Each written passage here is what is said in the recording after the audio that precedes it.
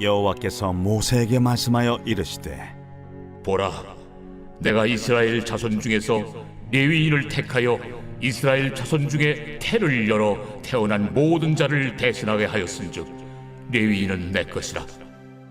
처음 태어난 자는 다 내 것임은 내가 애굽 땅에서 그 처음 태어난 자를 다 죽이던 날에 이스라엘의 처음 태어난 자는 사람이나 짐승을 다 거룩하게 구별하였음이니 그들은 내 것이 될 것임이니라. 나는 여호와이니라. 오늘 본문의 내용을 보면 아론이 낳은 아들들은 기름 부음을 받고 거룩하게 구별되어서 이제 제사장 직분을 행하게 됩니다. 나답과 아비후는 하나님 앞에서 다른 불을 들이다가 죽었고 그 다음으로 엘르아살과 이다말이 계속해서 제사장 직분을 행합니다. 레위인은 이스라엘의 모든 맏아들을 대신하는 하나님의 소유로서 제사장을 시중하며 또 회막에서 심우하게 된다라는 내용이 오늘 본문의 내용입니다. 오늘 본문을 통해서 우리가 함께 살펴보고 싶은 것은 하나님의 것은 하나님의 것으로 특별하게 구별된다라는 것입니다. 오늘 본문에서 하나님은 레위인들을 이스라엘의 모든 맏아들을 대신하여서 하나님의 소유로 특별하게 구별하셨습니다. 하나님께서 이스라엘 백성 중에서 특별히 레위인들을 선택하시고 그들을 성막을 섬기는 중요한 역할을 맡겨주신 것이죠. 오늘 본문 12절과 13절 말씀을 다시 한번 읽겠습니다. 시작. 보라, 내가 이스라엘 자손 중에서 레위인을 택하여 이스라엘 자손 중에 태를 열어 태어난 모든 마지를 대신하게 하였은즉 레위인은 내 것이라. 처음 태어난 자는 다 내 것임임은 내가 애굽 땅에서 그 처음 태어난 자를 다 죽이던 날에 이스라엘의 처음 태어난 자는 사람이나 짐승을 다 거룩하게 구별하였음이니 그들은 내 것이 될 것임이니라. 나는 여호와이니라. 하나님께서 레위인을 향하여서 레위인은 내 것이다 라고 말씀하십니다. 아주 특별하게 구별하셨다라는 것이죠.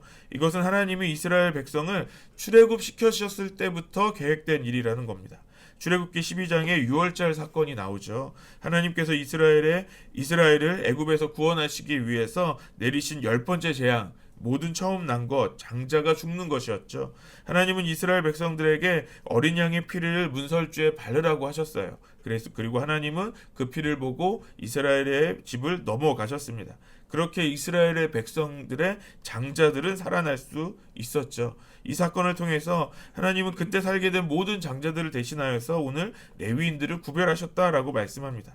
출애굽기 13장 2절에도 보면 이스라엘 자손 중에서 사람이나 짐승을 막론하고 태에서 처음 난 모든 것은 다 거룩히 구별하여 내게 돌리라. 이는 내 것이니라 하시니라.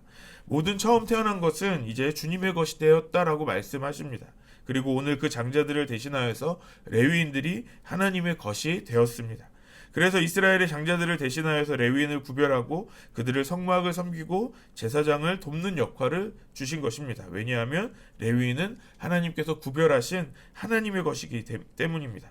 원래는 모든 처음 태어난 자들은 죽어야 했습니다. 이스라엘의 백성의 모든 장자들도 마찬가지였던 거죠. 그러나 하나님은 그 6월절 어린 양의 피로 그 장자들을 살려주셨습니다. 이 어린 양의 피는 장자들의 죽음을 대신하는 대속물이 된 것이죠. 이제 이스라엘의 장자들의 생명은 하나님의 것이 된 것입니다. 그러나 하나님은 그 장자들을 대신해서 오늘 레위인을 구별하시고 하나님의 소유로 삼으셨습니다. 그래서 이제 레위인은 하나님의 것이 된 것입니다. 오늘 레위인이 하나님의 것이 된 것처럼 오늘날 우리 성도들도 하나님의 것이라고 말할 수 있습니다. 예수 그리스도께서 우리를 위해서 십자가에 피 흘려 죽으셨죠. 어린 양으로 이 땅에 오신 예수님이 우리의 죄를 대신해서 대속물로 죽으신 것이죠. 그래서 우리는 그 피값으로 하나님의 소유가 된 것입니다. 원래 우리는 죄로 죽을 수밖에 없었던 사람들입니다. 십자가에 달려야 할 사람은 예수님이 아니라 어떻게 보면 원래 우리들인 것이죠. 하지만 예수님께서 우리를 대신해서 그 십자가에 못 박히셨습니다.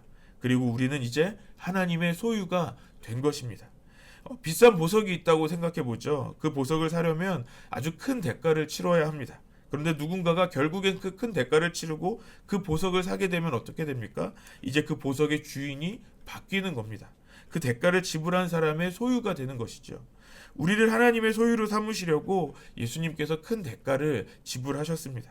성도는 예수님의 보혈로 구원받은 그 하나님의 소유가 된 사람들이라는 것입니다. 그렇다면 성도는 하나님의 소유가 된 자로서 우리는 어떻게 살아야 될까요? 고린도전서 6장 19절 20절 말씀을 세번역 성경으로 보겠습니다. 여러분의 몸은 여러분 안에 계신 성령의 성전이라는 것을 알지 못합니까? 여러분은 성령을 하나님으로부터 받아서 모시고 있습니다. 여러분은 여러분 자신의 것이 아닙니다. 여러분은 하나님께서 값을 치르고 사들인 사람입니다. 그러므로 여러분의 몸으로 하나님을 영화롭게 하십시오. 내 것이 아니기 때문에 내 마음대로 할 수 없는 것입니다. 내 마음대로 사용해서는 안 되는 것이죠. 하나님의 뜻대로 하나님을 영화롭게 하는데 우리가 사용되어져야 한다라는 것이죠. 오늘 본문에서 레위인들은, 그러니까 레위 지파는 하나님을 위한 일에 이제 사용이 됩니다. 제사장을 섬기고 성막을 섬기는 일에 쓰임을 받게 됩니다. 모든 일들이 다 하나님을 영화롭게 하는 일, 하나님께 영광을 드리는 일, 하나님을 위한 일에 사용되었다라는 것이죠. 성도는 하나님께서 특별히 구별하신 하나님의 소유입니다. 그렇다면 오늘 성도로서 우리의 삶을 점검해 보면 좋겠습니다. 하나님은 우리를 하나님의 소유로 삼으셨습니다. 우리는 더 이상 내 마음대로 내 뜻대로 살아서는 안 되는 존재들이죠. 우리가 예수님의 피로 구원받은 자로서 내가 하나님의 것으로 살아야 한다는 것을 매일매일 우리가 점검해 봐야 한다는 것입니다. 나에게 주신 힘과 재능, 또 하나님께서 나에게 주신 그런 것들은 주인의 뜻대로, 하나님의 뜻대로 사용되고 있는지를 우리가 점검해 봐야 합니다. 그래서 우리가 하나님께 영광을 돌리는 그런 삶을 살아야 한다라는 것이죠. 우리가 하나님의 소유로 구별된 삶을 교회 안에서만 살아야 된다는 것이 아닙니다. 하나님은 우리가 속한 우리의 직장과 가정과 학교, 사회에서도 하나님의 소유로서 살아가기를 원하십니다. 내가 어디에 있든지 내 모든 삶의 영역에서 하나님의 소유로 우리가 살아야 한다라는 것입니다.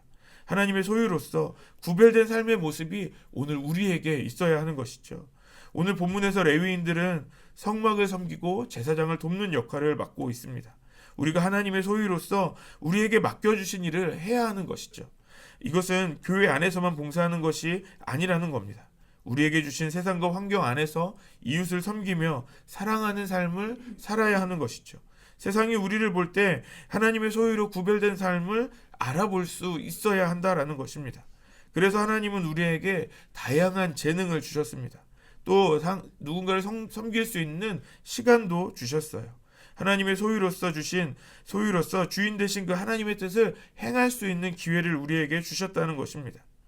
그래서 오늘 우리가 하나님의 소유로서 그렇게 섬기는 하루가 되기를 바랍니다. 내게 주신 그 재능과 그 시간으로 사람들을 섬기는 것입니다. 이웃을 섬기는 것이죠. 우리의 섬김을 통해서 하나님의 살아계심을 또 증거할 수 있는 것입니다. 하나님은 우리를 하나님의 소유로 구별하셨습니다.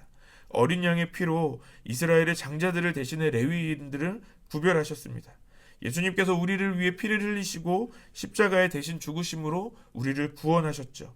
그 십자가의 보혈의 대가로 우리는 하나님의 소유가 되었습니다. 이제는 우리가 하나님의 소유된 자로서 주인 되신 그 하나님의 뜻을 따라 살아야 합니다. 이제 하나님의 소유로서 주님의 뜻을 이루는 저와 여러분들 되시기를 소망합니다. 또 우리 교회가 하나님의 소유된 교회로서 주님의 뜻을 이루는 믿음의 교회가 되기를 주님의 이름으로 축원합니다.